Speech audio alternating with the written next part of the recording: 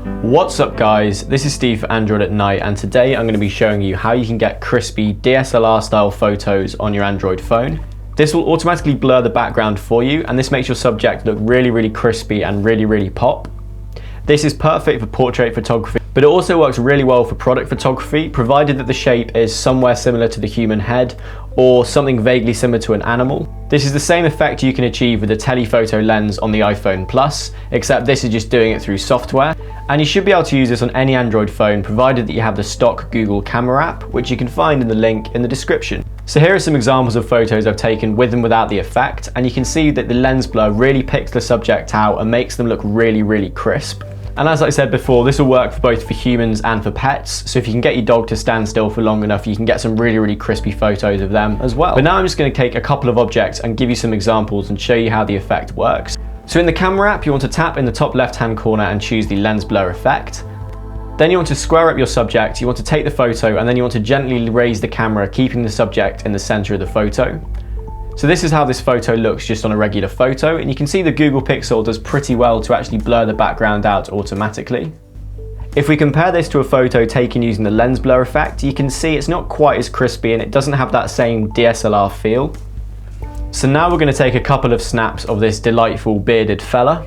And as you can see, using the lens blur, you get a really crisp effect, which is beautiful for product photography and works really well for portraits.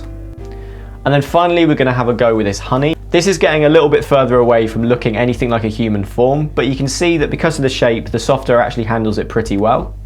So now I'm going to try and get the lens blur effect to work on these leaves, and this is going to be a little bit more difficult because the software has a more difficult time distinguishing what is in the foreground and what is in the background. So I'm going to take a couple of lens blurred effect shots and then a couple of normal photos as well for comparison.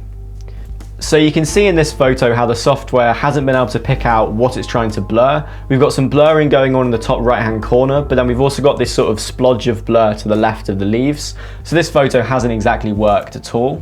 In contrast, you can see in a regular photo that the Pixel does quite well to bring this to the fore and slightly soften the background. But then if we have another go with the lens blur effect, and you can see here it's actually worked pretty well.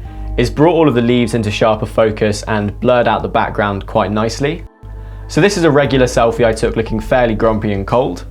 And here's the same thing taken using that lens blur effect, and you can see it really brings me to the fore and makes the image quality look a lot better. So there are a couple of things to take into account when you're using this. You need to make sure that the light is really good, and especially the light on the subject. So this works really well if your subject is standing in front of a window, or if you're just outside, you're going to get really good results. The other thing to do is to make sure that the background is some distance behind the subject. So if you've got someone standing a meter in front of a wall, that's not going to work particularly well. But if you get them to stand 10 meters in front of the same wall, you're going to get a pretty good result.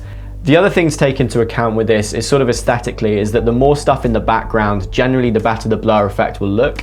The more that you can see in the background blurred, the sharper the image tends to appear.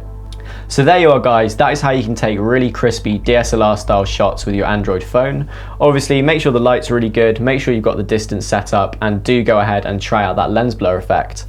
Thank you very much for watching, and I will see you guys in the next video. Peace.